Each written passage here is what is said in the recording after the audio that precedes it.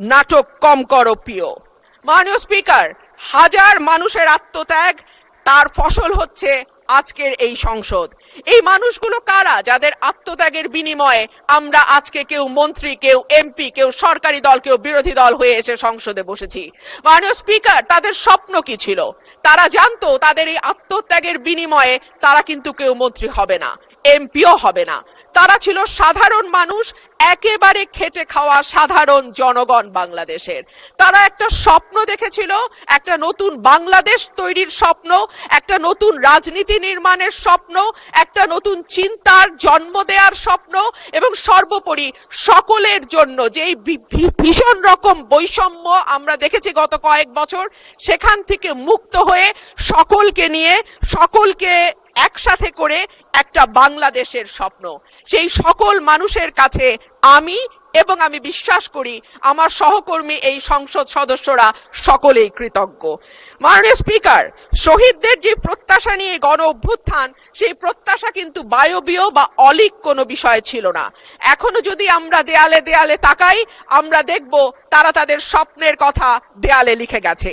We want justice, কিংবা দেশটা কারো বাপের না, তুমি কে আমি কে, বিকল্প বিকল্প। আসছে ফাগুন, আমরা হব দ্বিগুণ, ষোড়ো মহাজন আমরা অনেকজন। Change the rules, be a voice not echo. দিনে নাটক, রাতে আটক, নাটক কম করো প্রিয়। হামাক ব্যাটাক মারলু কেন? এমন হাজার প্রশ্ন, লক্ষ জিজ্ঞাসা। এই লড়াইটা কেবল একটা সরকার পরিবর্তনের লড়াই ছিল না মাননীয় স্পিকার। যেই কথাটি আমি বলেছি, একটা স্বপ্ন, একটা নতুন বাংলাদেশ, সকলকে নিয়ে সকলের বাংলাদেশ গঠন করবার একটা স্বপ্ন নিয়ে এই গণ অভ্যুত্থান হয়েছিল। মাননীয় স্পিকার, আমরা স্বপ্ন দেখেছিলাম ধর্ম, বর্ণ, জাতিগোষ্ঠী বা লৈঙ্গিক পরিচয়ের ভিত্তিতে কাউকে অপর বা আদার করে দেয়া হবে না। মাননীয় স্পিকার, আমি খুব বিনয়ের সাথে বলি, এই আন্দোলনের সম্মুখ সারিতে ছিলেন নারীরা। এক ঝাঁক নতুন প্রজন্মের তরুণ মুখ আমরা পেয়েছিলাম। সেই নারীরা এক বছর পার না হতে হারিয়ে গেলেন কেন 7 জন নারী সাংসদের এই সংসদে, সেই প্রশ্নটা আমি আপনাদের কাছে রেখে যাচ্ছি। মিছিলের সামনের সারিতে নারীর প্রয়োজন হয়, পুলিশের টিয়ার শেল, লাঠিচার্জের সামনে নারী ঢাল হয়ে দাঁড়ায়। অস্থির সময় নারীর সাহায্য ছাড়া পার হওয়া যায় না, আর সবকিছু যখন ঠিক হয় তখন নারী হয়ে যায় ট্রোলের বস্তু।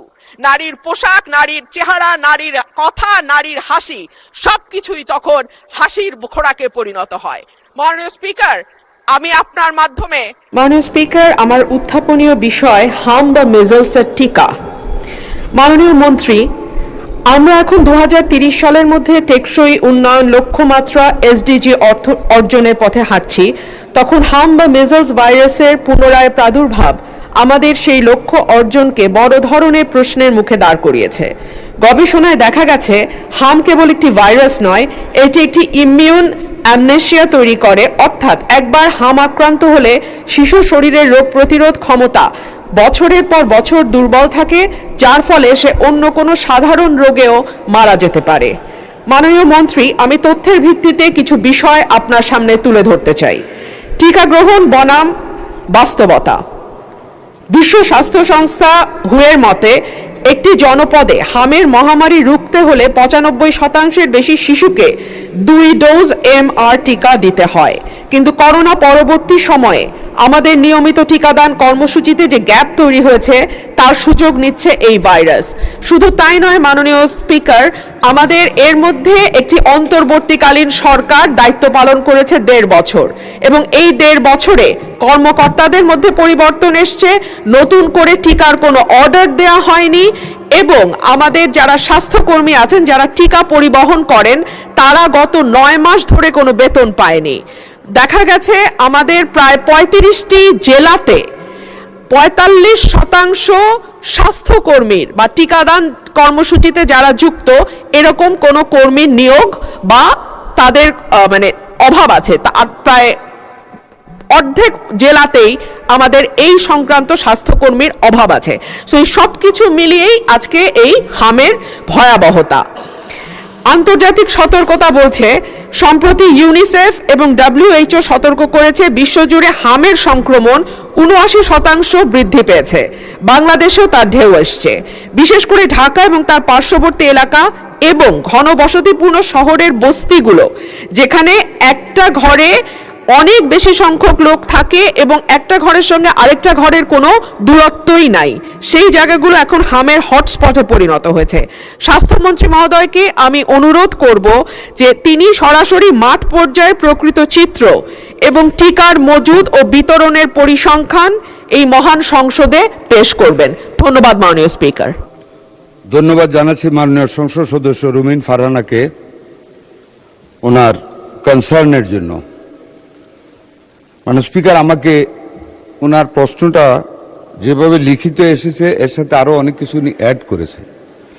I think I should address all of our queries. একটু আমাকে টাইম দিবেন। মাননীয় স্পিকার, একটা কথা উনি বলেছেন লাস্ট লাইনে আমাকে উদ্দেশ্য করে, তিনি যেন কেবল সবার মধ্যে সীমাবদ্ধ না থাকেন। মাননীয় speaker, I do not know how she knows I have only restricted myself in holding the meetings only. A honorable member of parliament should not deliver such comment regarding another member of parliament, because I am not and I have not restricted myself in holding meetings only. I am looking after all the activities. I and we are looking over all the activities of the Ministry of Health under the able guidance of our Honorable Prime Minister, Mr. Tariq Rahman. Number two, মাননীয় speaker, উনি পোর্টারদের কথা উল্লেখ করেছেন এবং স্বাস্থ্যকর্মীদের অভাবের কথা বলেছেন। হ্যাঁ, পোর্টাররা বেতন পান না গত 9 মাস আগে থেকে, দ্যাটস ট্রু। আমরা ক্ষমতা এসেছি আজকে 51 দিন চলছে। মাননীয় সংসদ সদস্য, we have already sit with the porters before we started the vaccination on 5th of April এবং we have made them happy. আজকে সকালেও আমরা সচিবালয়ে মিটিং করেছি। পোর্টারদের বেতন দেওয়া আমরা পর্যায়ক্রমে শুরু করতেছি 2-1 দিনের ভিতরে। আরেকটু দাবি আছে, যেটা অ্যাসিস্ট্যান্ট হেলথ অফিসার, ওয়ার্কার, সহকারী কর্মকর্তা এবং ইন্সপেক্টর হেলথ, অ্যাকর্ডিংলি ফ্যামিলি প্ল্যানিংয়েরও তাদের কোনো ফিনান্সিয়াল বেনিফিট না, জাস্ট ইজ্জত একটা গ্রেড উন্নীত করা, that is also under consideration. অভাব আমাদের মাঠ পর্যায়ে ভ্যাকসিনেশনের জন্য নাই। Overall worker in the health sector কম আছে।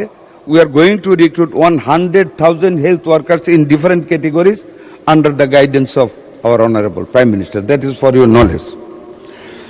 আরেকটা কথা বলেছেন উনি, মাননীয় স্পিকার, ঢাকা শহর তার পার্শ্ববর্তী এলাকায় হটস্পট মিজেলসের। হ্যাঁ, ঘনবসতি এলাকায় আমি ওনার সাথে এগ্রি করি। It is also my hunch যে হতে পারে, বাট যার কথা উনি উল্লেখ করেছেন World Health Organization and UNICEF, মানে স্পিকার আমি ওনাদের তালিকাটা ওনার ধারণার জন্য বলতেছি, Dhaka is not included in that hotspot area. Out of the 18 districts, the Borguna, Borishal, Jalokati, Chatpur, Coxsbazar, Munshiganj, Madaripur, Dhaka, Nawabganj only, Nawabganj, Shariatpur, Gazipur, Jashur, Netrokona, Mymensingh, Pabna, Rajshahi, Nogha, Chapai-Nabganj, Natur। এইসব ডিস্ট্রিক্টের কোনো উপজেলায় একটি উপজেলা, কোনো জেলার 2টি উপজেলা, এরকম ভাবে ওনারা হটস্পট লিস্ট করে দিয়েছেন to start the vaccine immediately and urgently, which we have started from the last 5th April। আর আমরা 12 তারিখ থেকে we are going to cover Dhaka city north, south, Mymensingh and Barisal city corporation. আমরা ডিক্লেয়ার করেছিলাম from 3rd May all over the country শুরু করার জন্য। আমরা এটাকে আরো এগিয়ে নিয়ে আসছি। Because we have been able to collect the necessary vaccines from UNICEF by this time, and so we are expediting the vaccination program all over the country from 20th of this month. আমরা 14 দিন এগিয়ে নিয়ে আসছি। from 3rd May থেকে আমরা এটা আগামী 20 তারিখ থেকে ইনশাআল্লাহ শুরু করব। এটা আপনাকে অবগত করলাম। মাননীয় স্পিকার, আমি সার্বিকভাবে ওনার বাকি কথাগুলোর আরেকটা কথা বলেছেন উনি, গবেষণায় দেখা গেছে হাম কেবল একটা ভাইরাস তো এটি একটি ইমিউন এমনেশিয়া তৈরি করে, যাতে হামের পরে বাচ্চারা অন্য রোগে মারা যেতে পারে। মাননীয় সংসদ সদস্য, জাতিকে যদি আমরা খুব ভয় দেখিয়ে ফেলি তাহলে কিন্তু জাতি রোগাগ্রস্ত হয়ে যায়। রোগীর পাশে পজিটিভ কথা বলতে হবে। হাম কিন্তু আমারও ছোটবেলা হয়েছে, নিশ্চয়ই আপনারও হয়েছে। অল বেবি হাম হয়, কিন্তু আমরা কিন্তু সব মরে যাই না। আমাদের কিন্তু এখন লংজিভিটি আরো বৃদ্ধি পেয়েছে ইনশাল্লাহ। একদিক দিয়ে নিউট্রিশন ফল হয়, আরেক দিক দিয়ে নিউট্রিশন ইন হয় আমাদের বডিতে, এবং আল্লাহ তালাই কিন্তু আমাদের রেসিস্ট্যান্ট বৃদ্ধি করে দেয়। আর আমাদের যে হামটা হচ্ছে, আপনি যথার্থ বলেছেন, বিগত সরকারগুলি, দুইটা সরকারের ব্যর্থতার কারণে হাম হয়েছে, রিকাভারও হচ্ছে আল্লাহর রহমতে। We are facing